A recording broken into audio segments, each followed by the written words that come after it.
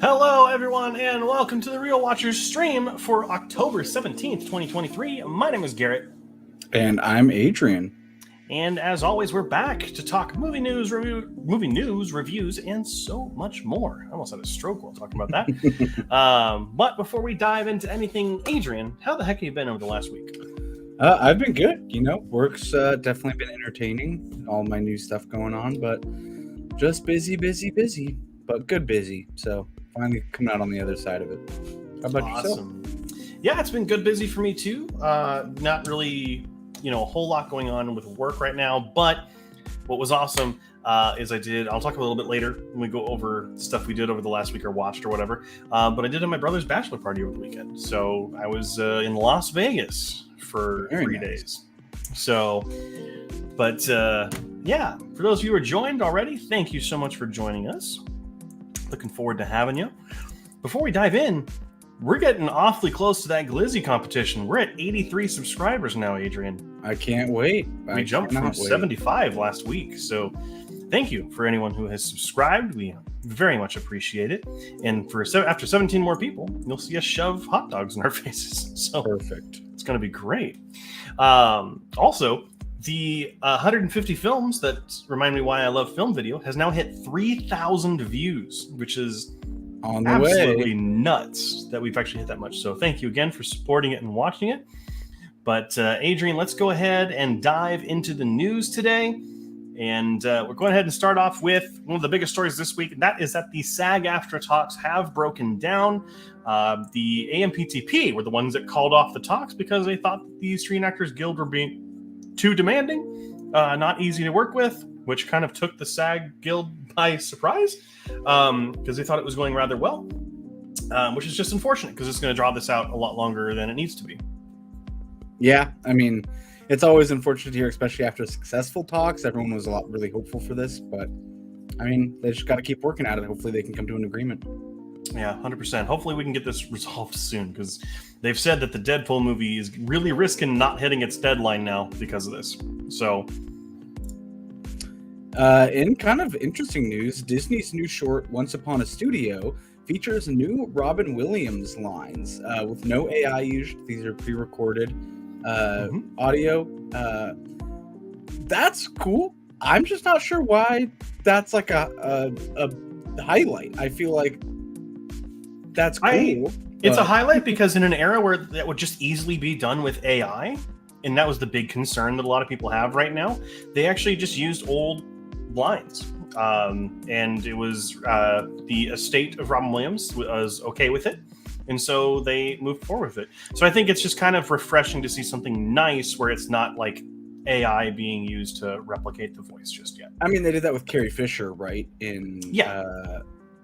The third one. So yeah, similar concept. Yeah, 100%. And also it's a good chance to talk about Once Upon a Studio, which was a great little short. And if you have Disney Plus, you should totally check it out because yesterday was the 100th anniversary of Disney's animation studios. Wow. So, yeah.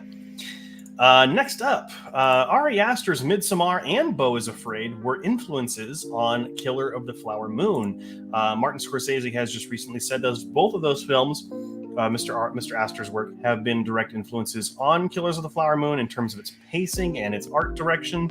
And also, apparently when Leo DiCaprio was asking for a rewrite, Scorsese had these films fresh in mind. And so they played as an inspiration for the new film, which releases this week. Very exciting. That definitely makes me more interested in seeing it. Yeah, and it's also really nice too to see that he's championing these films. Yeah, I completely agree. Moving right along, Rian Johnson has agreed to, or not agreed, but has resumed writing Knives Out 3. Obviously, I mean, I guess it's the third one, but we had a Knives Out story with Glass Onion, and now we have Knives Out 3. So same director and writer for all three, which is good because they're both great.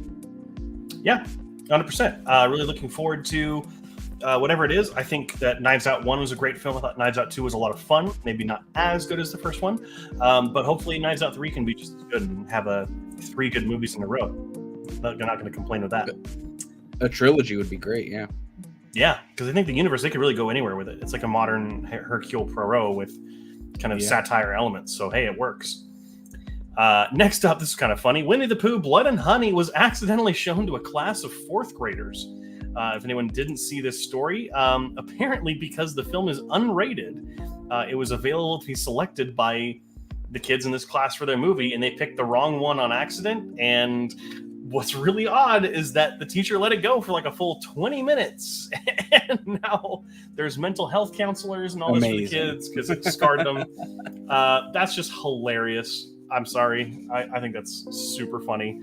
But I mean, you know what you're like, this is why you need to be a movie fan. You need to know what these movies are before you show them to kids.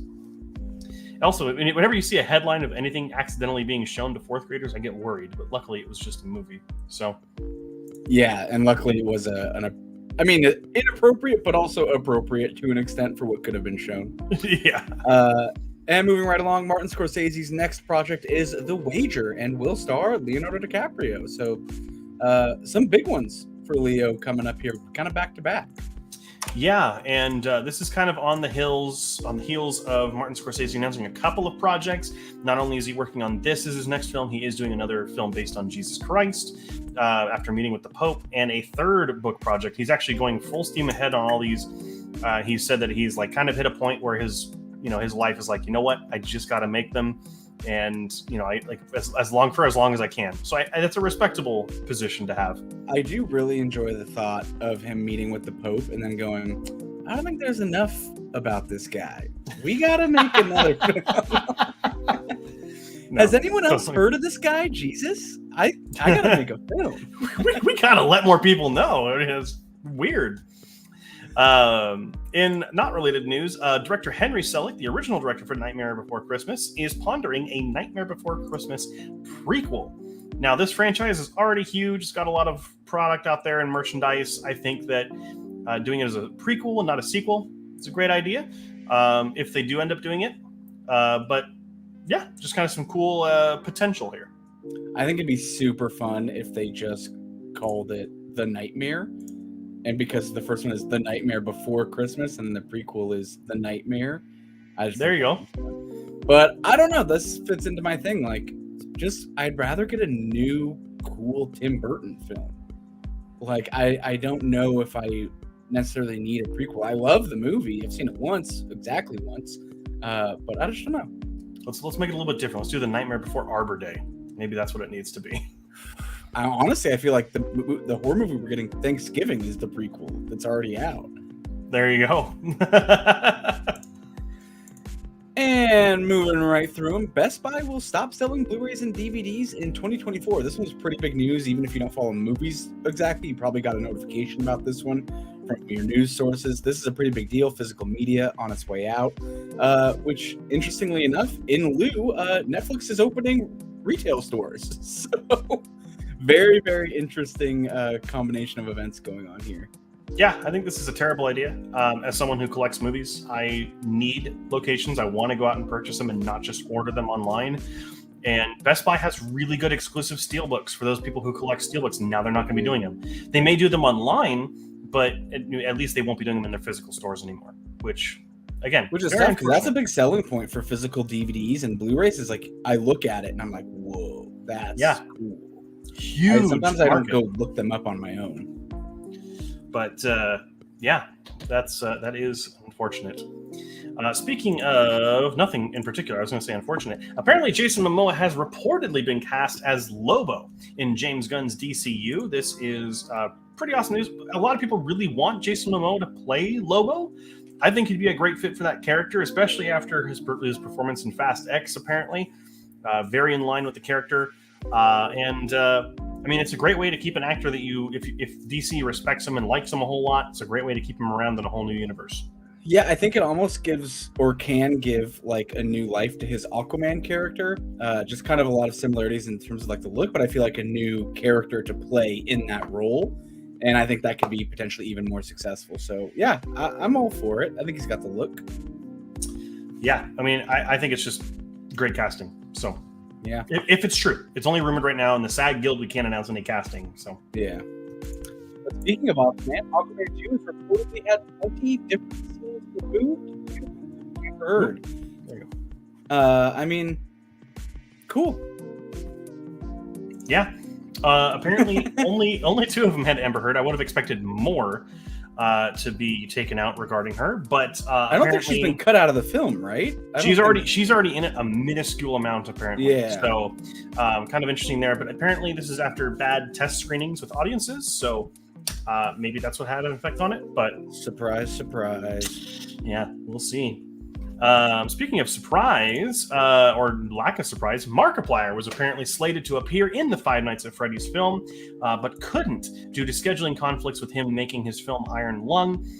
This is honestly kind of surprising. I was expecting him to be in the movie in some capacity. Markiplier is literally the reason Five Nights at Freddy's is so big. Like, it took off because of his YouTube videos, and so like, if there's at least some sort of reference to him in the movie, at least hopefully there is, it'll be worth it. It's literally the equivalent if you follow this type of thing. It'd be like if they made an Amnesia movie and PewDiePie wasn't in it. Like, the people that like founded and helped build the platform for this game not being in it is pretty weird. It does lead me to a little bit of red herring. Like, you can always shoot a scene later and put it in the film, or like do something fun. So I do see something happening. I don't think he's out of the project completely. Yeah. And we've seen people mislead before, so fingers crossed. This makes me think that it was some sort of larger role that he had. And maybe now it's just a cameo or something. Like, maybe they've shrunk it or done something. Or if they end up doing a sequel, he could appear in that easily. Yeah, so. It's a bummer. I feel like a lot of people were really hoping for that, and it kind of sucks. Yeah. Moving through, Dan Harmon teased a Rick and Morty film, which is fun. I know they just recast the original two voices, but reportedly Zack Snyder is behind it to see it made. He really wants to see it. Yeah, which, I mean, cool that he's a fan, but I don't know what else that has to mean with getting a film. I mean, Rick and Morty is a huge IP, whether you like it or not, and I think, you know, a movie is set to happen at any point. It happened with The Simpsons. It's happened with South Park. Kind of weird that it's never happened with Family Guy, at least a theatrical film. But, you know, we know it's coming at some point. It has to be. And Dan Harmon, the creator, is, I mean, if he's teasing it, there's always, in all likelihood, it could happen. Yeah. So, and we need more 2D animated movies. You know, that's plain and simple. True. And the final story for today, and that is that A24, the award-winning production studio, is seeking out action and big IP projects to distribute. So they've clearly known that they are expanding as a movie studio, and hopefully this means that they're going to bring their level of quality and finesse to bigger budget action projects and big IP projects, because obviously those are what bring in the money. I think, like we talked about, I talked about actually with our friend Kevin yesterday, is that, you know, and as we'll talk about with the trailers coming up a little bit, they need to get Markiplier's Iron Lung film and distribute it. I think that could be a huge first step because of how popular that film will be.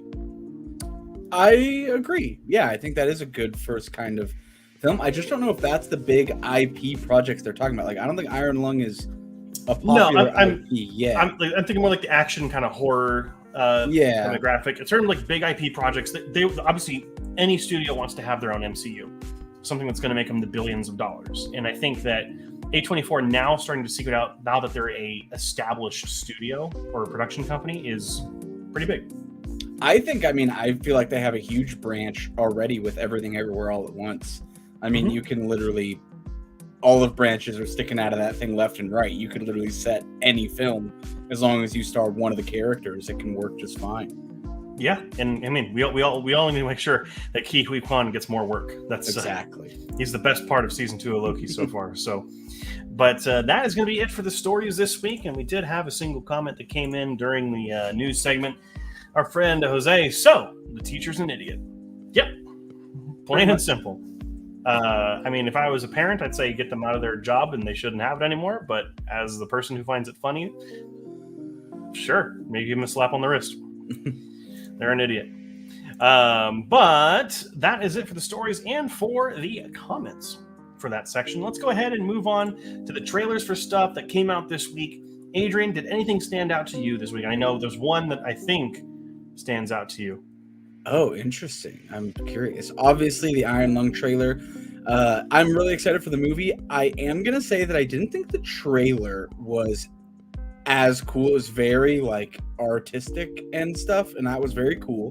Didn't like sell me on the film though. I feel like it felt a little Stranger Things, so It's my runner-up this week. But Please Don't Destroy: The Treasure of Foggy Mountain. I have loved Please Don't Destroy since they were on YouTube.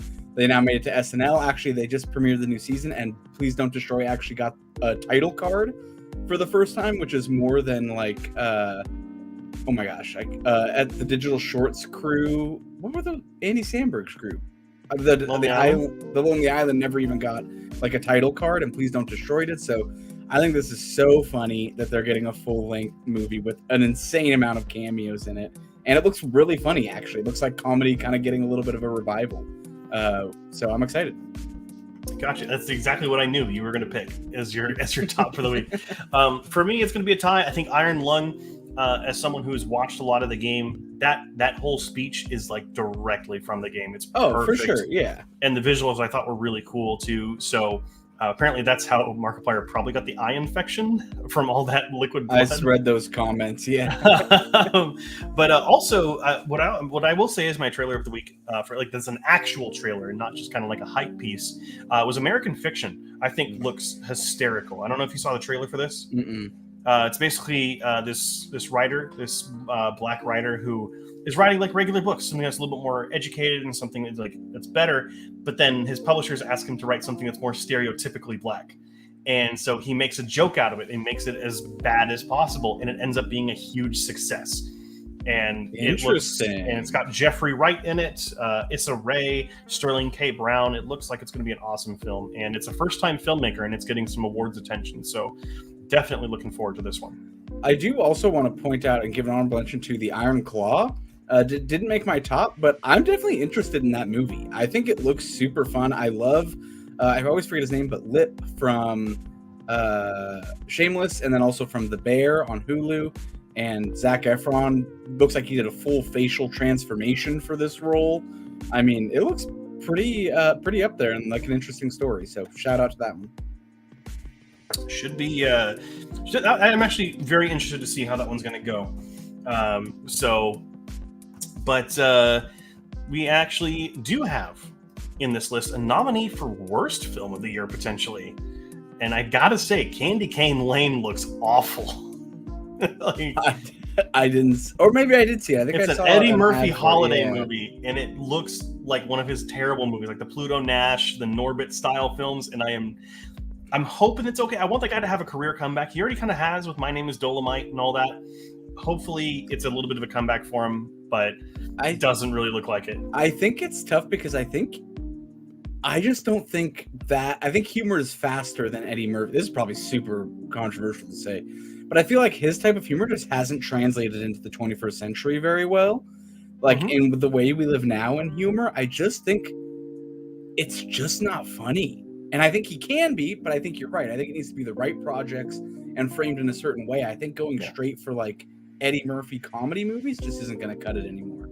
However, it does look like it's going to be family friendly. So, I mean, if it is a family friendly holiday film, power to it, but if they're trying to go like the Adam Sandler, a little bit more dirty route, who knows? Well, hopefully it's just not like Deck the Halls, anything but Deck the Halls. That was abysmal. But that's it for the trailers this week. Let's go ahead and see here. Cassidy, an A24 cinematic universe has my full support. 100%.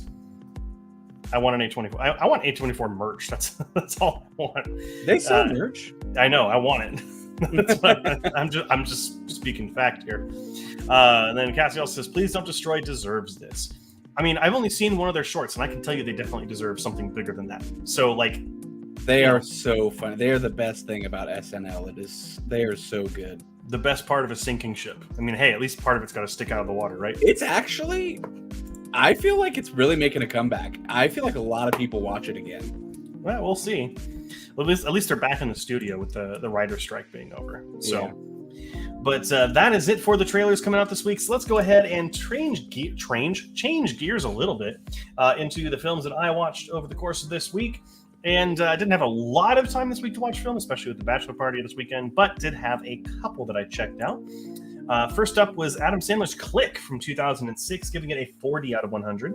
And so there are some good moments of emotion in this otherwise droll and usually unfunny Adam Sandler film. It's certainly a slight step up from his usual work, but still feels desperate to cater to the brain-dead audience that Sandler has accumulated. It's a little bit better than most of his work, I would say. After that was Iron Man 2 from 2010. This was a rewatch in the car on the way to the bachelor party. A weak follow-up that never really tries anything to be different or better than its predecessor. Robert Downey Jr. is great as always, and Scarlett Johansson's introduction as Black Widow is fine, but its story just really never takes off for me. Never think it's just as consequential as the first movie. Likewise, watched Thor and gave it a 68. Thor is a decent start that gives a fun performance from Chris Hemsworth and a fantastic performance from Tom Hiddleston.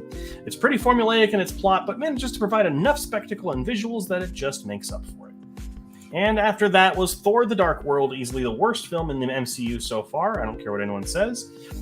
This just feels like such an amateur effort after the first phase of the MCU that it's kind of annoying. Its story is uninteresting, led by a villain that's so forgettable I can't remember their name. It's a threat that feels like nothing important after the events of the Avengers. It's got decent moments for sure, but it just feels misguided. So I cannot give it to anything other than a 35. And with that, if you want to see any of my other film reviews recently, you can go to Letterboxd and check out the name right there. That's what I was going to say. I don't know what else I was going to add to that. But yeah. Yeah, I feel like Click is a bit low for me. I don't know. I feel like I like that movie a lot, but it's fair. It's still an Adam Sandler film, so I still think it's better than a lot of his other ones. It's certainly not a great movie, but Sure. It has more of an emotional beat to it. And I will say the ending is a little more emotional than most of his other work. Definitely, yeah. So awesome. We have one comment. Cassie says, "Why am I not surprised the Adam Sandler movie shade from Garrett? Because he's usually not that good. I have yet to see Uncut Gems, and I know that that's supposed to be very good." Cassidy says, "What's each of your fave Adam Sandler movie?" Probably would have said Click, but I also really liked, I can't remember the name right now, Spanglish? Yes, I was actually going to say Spanglish is probably my favorite. Yeah, I like Spanglish a lot. I saw it twice, I think. Although I have yet to see Uncut Gems, and I've told that's his best film. Uncut Gems is very good. I don't know if it's good because of him though. Like that's where I hesitate there. It's like just I feel good in like, general. I think he's great in it, but I think he was also attached to a great film. Sure. Jose, I feel while weak, Iron Man 2 is better than Iron Man 3. I don't know if I agree. I think Iron Man 3 is at least a little more consequential. They went over his anxieties after the events of the Avengers films, and it just really does nothing for me for the second one. So. It kind of feels like a civil war of the Iron Mans, like more reckoning with what you've done and the decisions you've made. And I do enjoy that part of the third film. Yeah. Danelle, The Click is a classic. Glad to see you think so. Jeez Louise, that goes hard to say. I really enjoy that you called it The Click. That's praised. That's putting it on a pedestal. I like it. Cassidy, have you seen Hustle? I have not. I also don't know. Let me check the thing for it. Oh, I accidentally spelled it wrong, and it showed me Hostel, the other Adam Sandler. No, I have not seen Hustle, but I did hear it was pretty good. Okay. Is that the new sports one? With the basketball? Yes, the basketball. Okay, I've heard that one's good too. Yeah. Danelle said, "So did you," and then laughed about it. Hey. I'm not going to argue with you, but I definitely don't remember saying The Click. Well, hey, you never know. But you know what? I'll believe that I did. I'll own It's up. not like we can't just rewind the video after we've done recording it. I'm sure she's right. I'm sure for some reason I did say The Click. But that's enough about what Garrett did watch. There's a lot of movies coming out this weekend, on Friday in particular. So I'm going to go ahead and tell you what those are. First off, we have Killers of the Flower Moon. Members of the Osage tribe in the United States are murdered under mysterious circumstances in the 1920s, sparking a major FBI investigation involving J. Edgar Hoover. This one opens to wide release. One of the big releases, DiCaprio, De Niro, Gladstone, huge cast. Then we also have Back to the Future making a return. Marty McFly, a 17-year-old high school student, is accidentally sent 30 years into the past in a time-traveling DeLorean invented by his close friend, the maverick scientist Doc Brown. This one originally released in 1985. It is re-releasing in 2023 on Saturday. Then we have The Birds, another re-release. A wealthy San Francisco socialite pursues a potential boyfriend to a small Northern California town that slowly takes a turn for the bizarre when birds of all kinds suddenly begin to attack people. This one comes out on Sunday. It's a Fathom event. Limited theaters, but if you do have a chance to see it, this is one of Alfred Hitchcock's most famous of all time, so definitely try to check that out. We also have The Canterville Ghost coming out on Friday. An American family moves into Canterville Chase, a stately countryside mansion that has been haunted by the ghost Sir Simon de Canterville for 300 years. This one is a moderate release, and it also looks like the animation that you would find on Cocomelon. Then we also have The Deep Sky coming out, a documentary on Friday. Deep Sky, this inspiring documentary explores the $10 billion James Webb Telescope engineering and construction process, historic December 25, 2021 launch, and the release of its first full-color galaxy-sprinkled images on July 12, 2022, witnessed by the entire planet.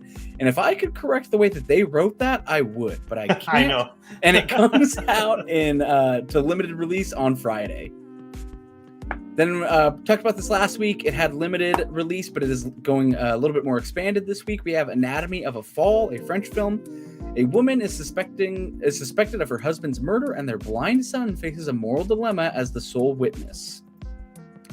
We have Malibu Horror Story coming out on Friday. Terror strikes when a team of paranormal investigators search a sacred cave for clues in the unsolved disappearance of 4 Malibu teens.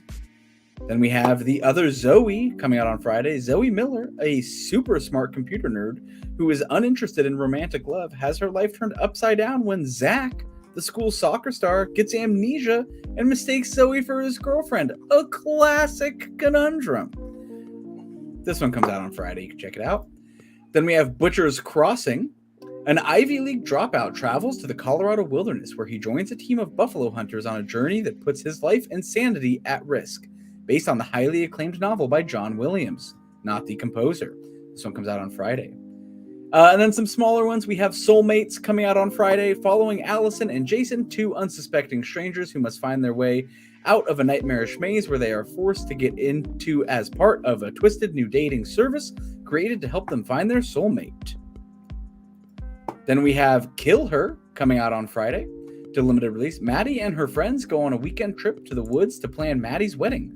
Settled near the camp of Mr. Rogers, and with no phone signal, their trip starts to turn into a bad idea when they start dying, and a secret is revealed. What a twist! And last but not least, a Fathom event, we have Beyond Utopia, a biography, the story of several families as they attempt to escape oppression in North Korea, revealing the world most of us has never seen. This one comes out on Monday, before our next live stream, to limited release, so make sure to check that out. Alrighty, quite a few releases this weekend, and what's nice is we're finally starting to see some of the Oscar potential here. Killers of the Flower Moon is a huge Oscar favorite, as well as Anatomy of a Fall for foreign language films. So yeah, foreign language, definitely some cool stuff coming up. And Butcher's Crossing looks interesting. It's got Nicolas Cage in it. Yeah. So looking forward to that one as well. So we'll see if it's out anywhere around us. But that's enough about what's coming out this weekend. Let's talk about last weekend. And we have some surprising news here. In first place was the Taylor Swift Eras Tour, coming in with $92.8 million, one of the biggest openings of the year. One of, not the biggest. The Exorcist Believer coming in second place with $11 million. Paw Patrol, the Mighty Movie, coming in third place at $6.8 million. Saw 10 coming in with $5.7 million in fourth place. And in fifth place, The Creator with $4.3 million. So not some surprising news here. I was expecting the Taylor Swift thing to be bigger, but I'm kind of surprised that it's just under 100,000. But 100 million. Yeah. Oh, sorry, 100 million. Sorry. Way over 100,000. Sure. Yeah, no, I really did try my best to see this movie this weekend. It just didn't end up working out timing-wise. It's not kind of similar to The Creator. I feel like I'm falling behind on some movies, but I do still really want to go see both of them. And I feel like I'm contributing to the lapse of money. So yeah, it's all your fault, hoping to contribute. Yeah, seriously. But that is it for the movies that came out last weekend and how they are doing. So, what was that? Well, and the music has changed. Ladies and gentlemen, everyone, if you want to go ahead and get your suggestions in for the movie that you'd like to see on the Wheel of Fate this time, Adrian, I do also have a text message from our friend Nadia and several other friends giving their recommendations because they're not able to watch the stream today. So I will give those to you momentarily. But go ahead and get in your suggestions. We have 6 people watching, so go ahead and get in as many suggestions as you want. And, within reason, you don't crowd everything. We cut it off when Garrett stops talking, and if there's no submissions, then I get to pick 2 movies. Well, then it's going to be a lot easier because I do have submissions from people who are not able to make it. So it'll just be from that little bit of a circle. That's fair enough. As far as the movies that I did watch this week, because of the Wheel of Fate, up first was Tammy. This comedy was starring Melissa McCarthy. I gave it an 8 out of 100. I find this movie insulting because with The Little Mermaid and other films, we know that Melissa McCarthy has talent.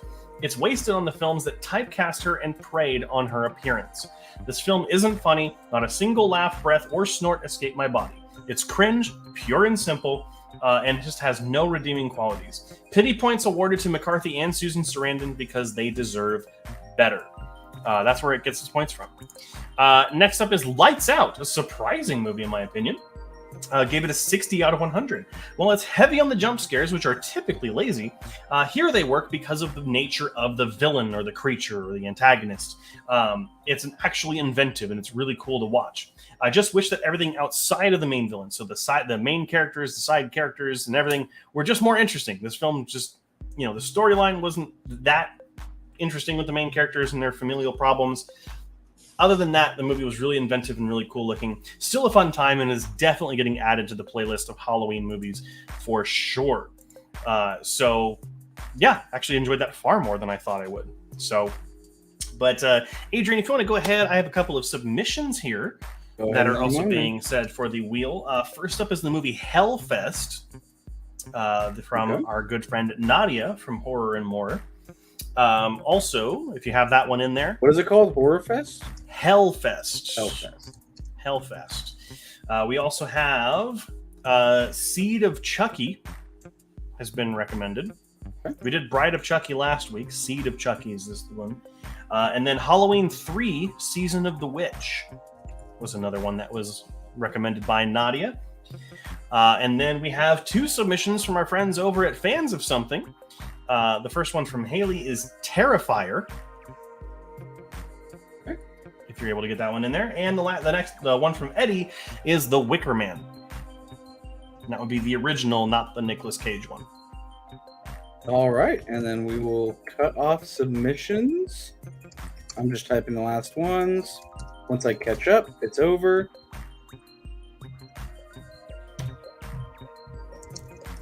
All right. All caught up. Let me go ahead and share my screen.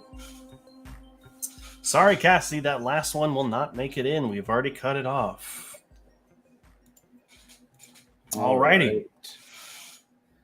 And we're spinning the wheel. Here we go. What is going to be the first pick? We'll do 3 this week, by the way. Halloween Town.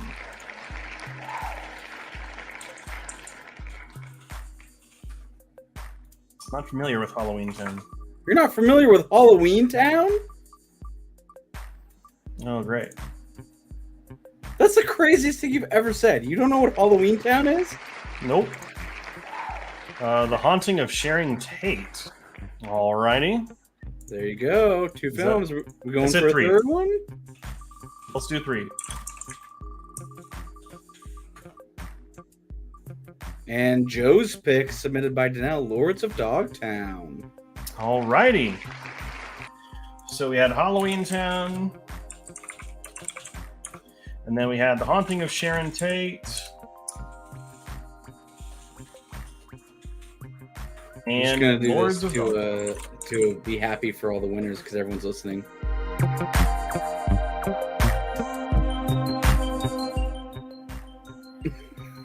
Congrats to the winners. Yes, congratulations to everyone. Unfortunately, no one that messaged me got theirs picked, but hey, maybe I'll watch some of them anyway. Awesome. Thank you for getting those in, everyone. And go ahead and get that back at it. But that is going to be pretty much the end of what we got going on here. So, Adrian, what have you been, what have you been doing over the last week? Yeah, not too much. I'm trying to think if I saw any films. I don't believe I did. I am currently reading The Mountain in the Sea, which pretty dense book, but pretty interesting. Does have a cool binding. Sweet. But yeah, really, really fun. It's about humans discovering a sentient, conscious, highly intelligent, communicative species of octopi. And what that means for humans and what it means to be conscious and all that stuff. So pretty fun read. Almost done with it, but that's kind of literally all I've been doing, just playing Pikmin Go and Pokemon Go, and living life. Yeah, not too much. How about yourself? Awesome. Yeah, I've been keeping up a little bit with Loki, the new season. I wouldn't say it's as good as the first season so far or yet, but it is definitely interesting. I think Ke Huy Quan is the best part of the show so far. And then, as I said earlier, was a Vegas weekend for my brother's bachelor party, so it was a lot of fun. If any of you are going to Vegas or live in the Vegas area or will be going there, highly recommend, actually I'm using the cup from it, this place called Area 15, which is like an indoor experience area. So if you've ever heard of Omega Mart, which is an art installation, it's in there through the Meow Wolf organization. But there's also like full body tracking VR experiences in there. There was a bar and arcade with like retro games in there. There was also several different things you could do, which was really cool. And actually, we went to the building called, I think it's the Illuminarium next door, which is like wall and ceiling and floor projection stuff. Oh, wow. And that's actually where TwitchCon was last weekend and in Vegas. And that was where they were doing the final party. It was at that Illuminarium place. So we got to see it before it was all set up. Which was That's cool. But I got to go with my good friend, Damien, who is one of my online D&D friends. Yeah. Got to see him there, which was awesome. And we walked around and had a great time. So, and then lost a lot of money gambling. So, good things to learn for the future. But that was really about it. So, not a whole lot else exciting. But if any of you have any comments that you would like to get out, please go ahead and do so. Let us know if you have any comments, questions, concerns, criticisms, anything you want to talk about. That is what we're here for. Today's stream was pretty quick, so hey, I'm down to just keep talking if anyone's got anything. So, but let's go ahead and go through these comments real quick. A lot of suggestions here. Danelle, very excited that Halloween Town was picked. And then apparently it's a classic Disney movie. And both Danelle and Joe's movies were picked. Glad to see you guys were dancing. And Cheaper by the Dozen being a great pick. I'm guessing you meant the original and not the remake that Disney Plus did with, was it Zach Braff? I don't know. They redid it? Steve Martin isn't the only one now? Yep. Zach Braff did a Cheaper by the Dozen movie? I'm pretty sure. It's on Disney Plus. I'll have to... It was like one of the ones that first came out. 2022, Zach Braff and Gabrielle Union. Yeah, it is not a sequel to any previous chapter. It is a reboot. And it was not good, which is not surprising. So... Holy smokes, that's terrible. Yeah. Great question from Joe, our friend Joey here. Is Tarantino overrated? Absolutely not. In my opinion. Yeah, I don't know. I feel like his movies are really good, but I feel like Once Upon a Time in Hollywood, I don't know. I feel like, yeah, it is good, but I do feel like it can be... I think it's the same way I feel about, and maybe you to an extent, but films that are meant for Oscars, like it just feels like they're filmed and made a certain way, and I just don't know if that way is like an enjoyable movie. I think it's great filmmaking. I just don't know if I always have the best time watching them. Like Hateful Eight was pretty tedious for me. Oh, it's one of his best movies in my opinion. I can't. That's agree okay. With that. I went and saw it with like the full orchestra, halftime, matinee, whatever you call it. Halftime. Matt, what do you call that? Intermission. Intermission. And it was good. And I remember the marching band came out and all the cheerleaders.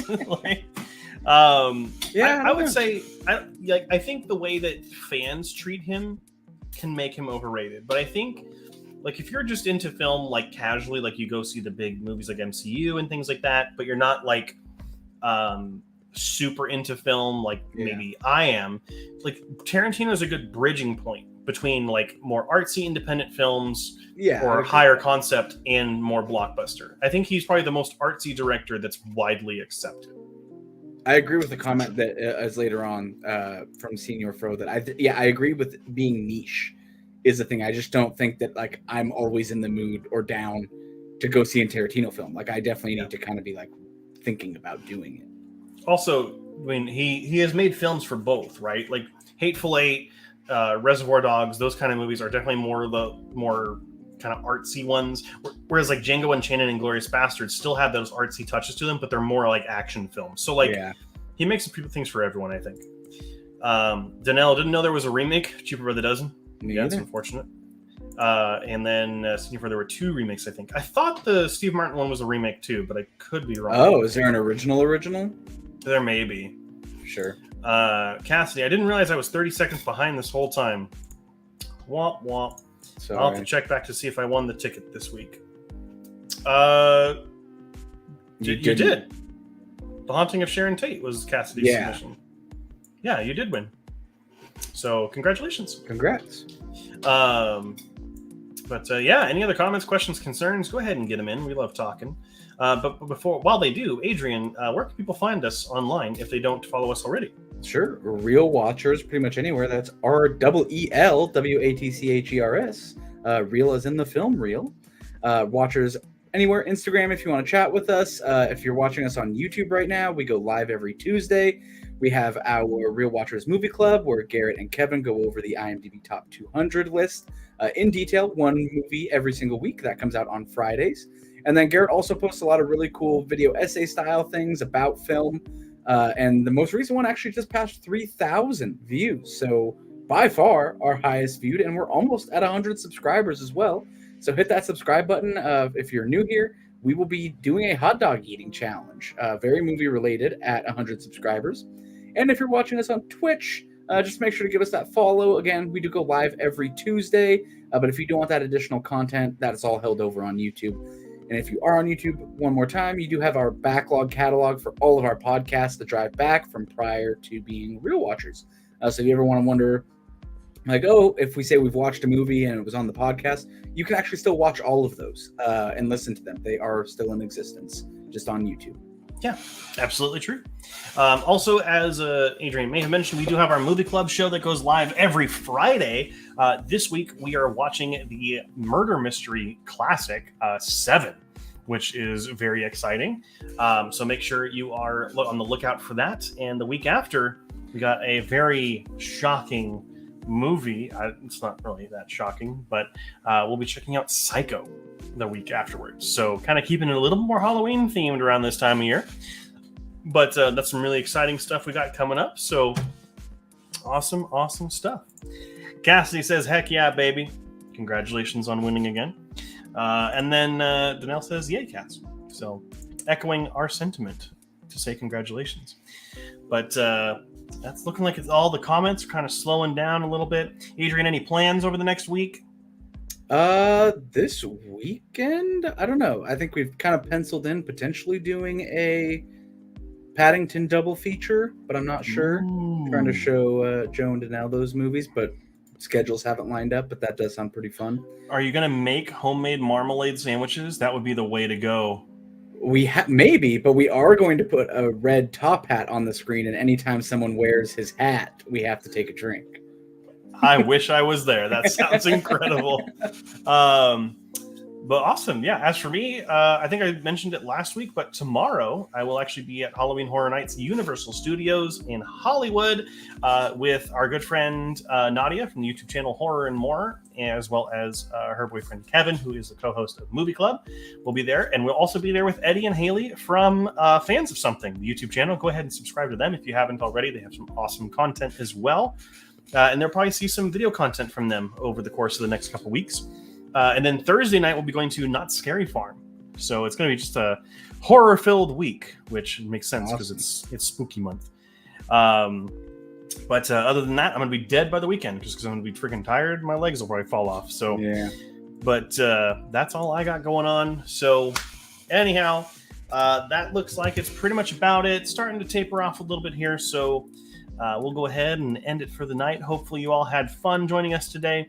Make sure to like, comment, and subscribe if you haven't already. We're so close to that Glizzy competition, as Adrian said. So close. So get your family, friends, your therapist, your massage person to go ahead and subscribe. I don't know. Just go ahead and get them on here. And we'll do that in due time. But thank you so much for joining us. And until next time, make sure to keep your eyes on the screen.